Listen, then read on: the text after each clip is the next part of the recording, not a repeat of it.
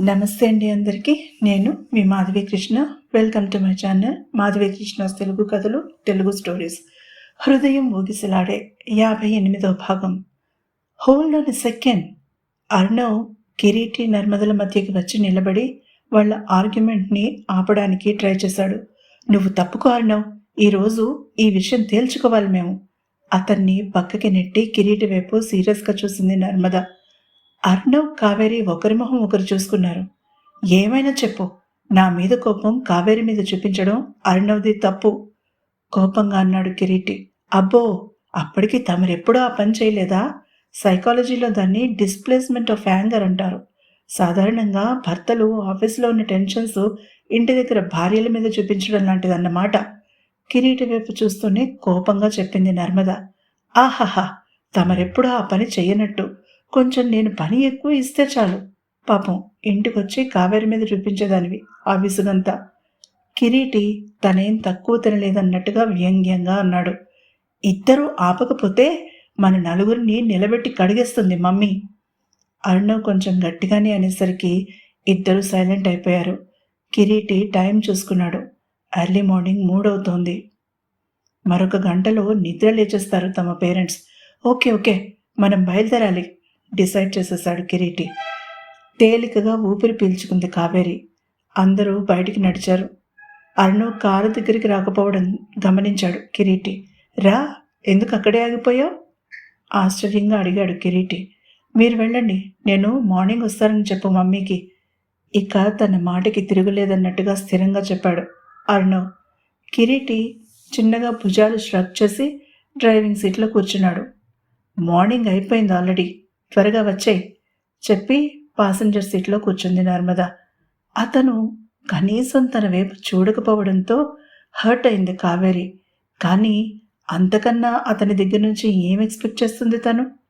చిన్నగా నిట్టూర్చి ఒకసారి అతని వైపు చూసి బ్యాక్ డోర్ ఓపెన్ చేసి కూర్చుని విసురుగా డోర్ క్లోజ్ చేసేసింది. అది అర్ణవ్ తనకి చెప్తున్న గుడ్ బై అని ఒక కంక్లూజన్కి వచ్చింది కావేరి. మెల్లగా సీటు వెనక్కి వాలి కళ్ళు మూసుకుంది. అర్ణవ్ కావేరిని గమనిస్తూనే ఉన్నాడు. కార్ కనుచూపు మేర కనిపించినంత వరకు అలానే చూస్తూ నిలబడ్డాడు అతను. తర్వాత మెల్లగా గేట్ మూసి లోపలికి వచ్చి మెయిన్ డోర్ లాక్ చేసి పై ఫ్లోర్లో ఉన్న స్పేర్ బెడ్రూమ్లోకి నడిచాడు. కనీసం 3 గంటలైనా నిద్రపోవాలని అతని ఆలోచన.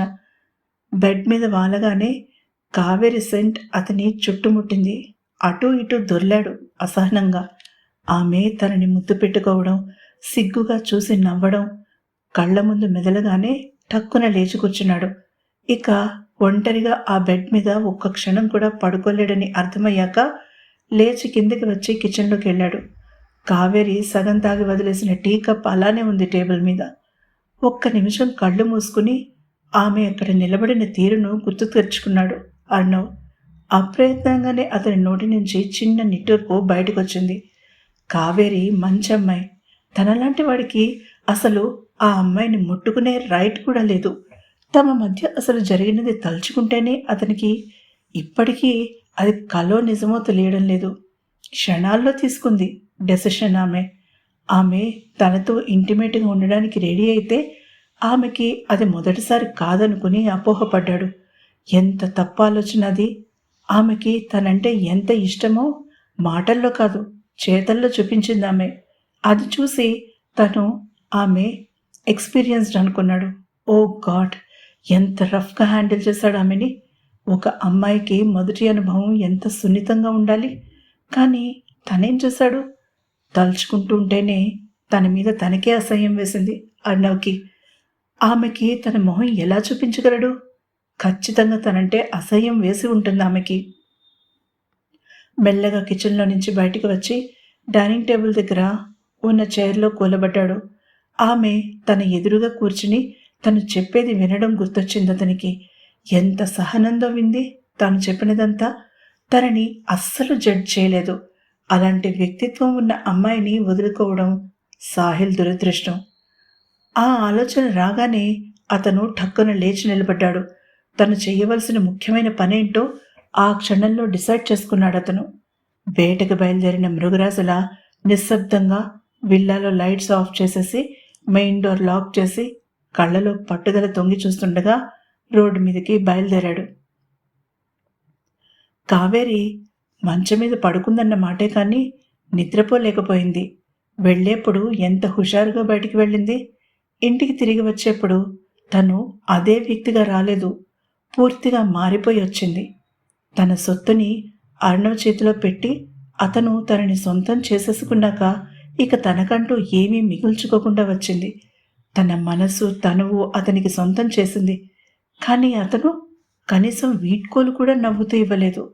అతని ఆలోచనలు ఆమెని కుదురుగా పడుకొనివ్వడం లేదు.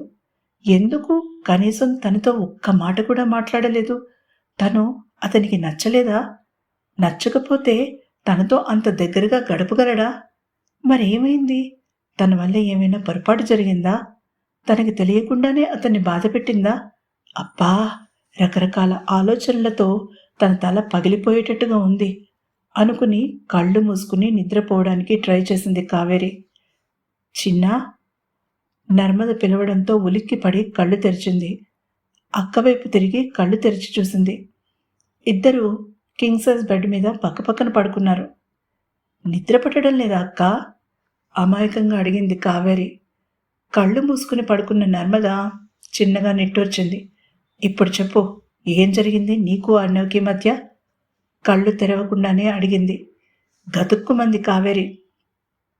నువ్వేమంటున్నావో నాకు అసలు అర్థం కావడం లేదక్కా. లేచి కూర్చుంటూ అబద్ధం ఆడేసింది. ఆమెకి గొంతు తడారిపోయింది. అక్క తనని అంత క్లోజ్గా గమనిస్తుందని ఆమె ఊహించలేదు. నాకు చెప్తావా లేక కిరీటిక అన్నది డిసైడ్ చేసుకోవచ్చింది. నేను కనుక తనని డీవియేట్ చేసి ఉండకపోతే అన్నదమ్ములిద్దరూ అక్కడ దుమ్ములో పొర్లాడి మరీ కొట్టుకునేవారు. అందుకు కారణం నువ్వు అయ్యేదానివి. తను కూడా మంచం మీద నుంచి లేచి బెడ్ లైట్ వెలుతురులో అటూ ఇటూ తిరుగుతూ చాలా సీరియస్గా వార్న్ చేస్తూనే తాను ఇంటర్వ్యూ నవ్వకుండా ఉండి ఉంటే ఏం జరిగేదో కళ్ళ ముందు పిక్చర్ చూపించింది చెల్లెలికి నర్మద. బిగుసుకుపోయి కూర్చుంది కావేరి. తనసలు అంత దూరం ఆలోచించనే లేదు. నువ్వు అర్ణవ్ ఒకరినొకరు ఇష్టపడుతున్నారని నాకు తెలుసు. సో వాక్యం పూర్తి చేయకుండా చెల్లెలి వైపు తిరిగి తను అనుకుంటున్నది నిజమో కాదో తెలుసుకోవడానికి అన్నట్టుగా సూటిగా చెల్లెలి కళ్ళలోకి చూసింది.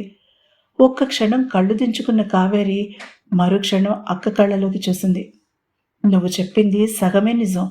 నేను అర్ణవ్ని ప్రేమిస్తున్నాను, కానీ అతనికి నేనంటే ఇష్టం లేదు చెప్పింది. ఇష్టం లేకుండానే అంతవరకు వెళ్ళారా? పెదాలు బిగించి తీక్షణంగా అడిగింది చెల్లెల్ని. అక్క, నువ్వన్నట్టుగా ఏం జరగలేదు. నర్మదని దబాయించబోయింది. షటప్.